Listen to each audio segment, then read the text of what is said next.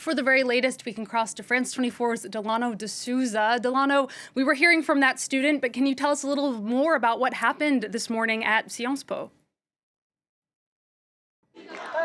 Well, basically, Alison, last night, yesterday, what happened was we had Sciences Po that arranged a town hall with its students. And one of the main demands of students was to arrange a working group, to set up this working group which would investigate the school's financial relationship with Israeli companies, as well as investigate the school's ties with Israeli universities. That was a no-go for Sciences Po's administration, and which is why 91 students decided to stage a sit-in at one of Sciences Po's main buildings. This morning, the administration met with school students and told them they had 20 minutes to leave the premises, or the French gendarmes would be called in and would physically have to remove them from the building. What happened was we had a first group of students who voluntarily came out, and then we had tens of gendarmes who went into that building.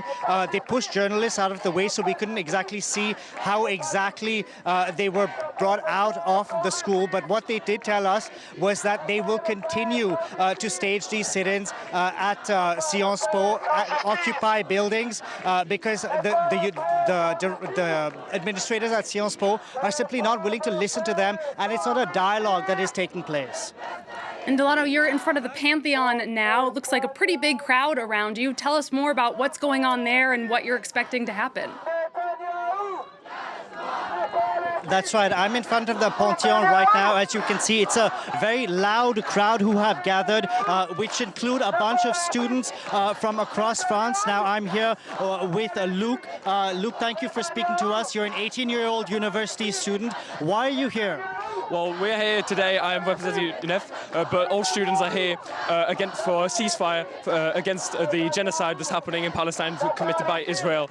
And we are here for peace. We are here for the ceasefire. This is students all over the country have been mobilized, have come in masses, whether it be in France, in Lyon, in loads of universities in France. Students want peace, and students want a ceasefire, and that's why we are here today.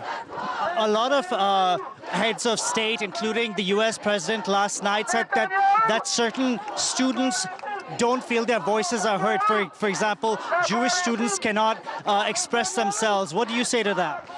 Well, I know that a lot of Jewish students are here presently, and generally we are not trying to repress any speech. We are just here for peace and for freeing the Palestinian people who are currently under genocide and occupation in Palestine by Israel. And we aren't here to repress any, whether you be Jewish or anything else. You are welcome if you are here for peace and for the ceasefire.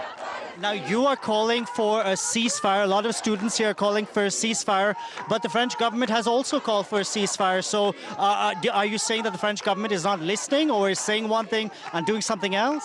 Well, the French government is still trying to support the Israeli government. They haven't cut all help to the government. And then with the Iranian missile attacks, the French government did send military support, and we just think this is unacceptable. For example, last week at the Sorbonne next to here, students were expulsed by force by the police, by the Prime Minister himself, Gabriel Attal, called for the police to come into the university and to violently remove students peacefully protesting.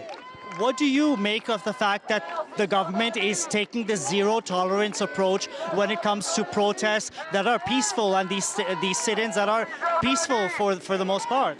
Well, I think it's completely unacceptable, obviously, because if we even just look at the Constitution or the Déclaration des droits de l'homme, so the French fundamental text of French law, they say that we have the freedom to expression, the freedom to show ourselves, to protest, and the government is clearly breaching these freedoms violently, whether it be with tear gas or with police charges. It's completely unacceptable because we are allowed to express ourselves, and the government just doesn't want that.